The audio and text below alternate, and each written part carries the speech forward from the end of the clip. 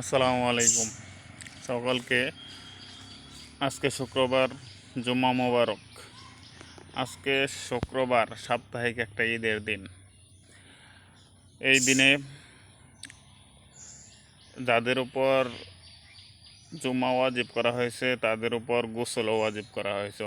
অনেকে বলে শুক্রবারে জুমার আগে গোসল করা ওয়াজিব, আবার অনেকে বলে মুস্তাহাব, অনেকে বলে সুন্নাতে মুআক্কাদা। তো মতবিরোধ থাকতেই পারে।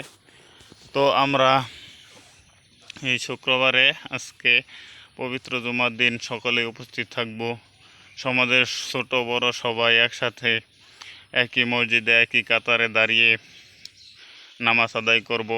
আর এখানে সকলেই পরিষ্কার পরিচ্ছন্নতা হয়ে মসজিদে প্রবেশ করব, কারণ ছোট বড় সকলেই একসাথে নামাজ আদায় করে কারো শরীর থেকে দুর্গন্ধ বা গন্ধ বের হলে এটা সবারই কষ্ট হবে।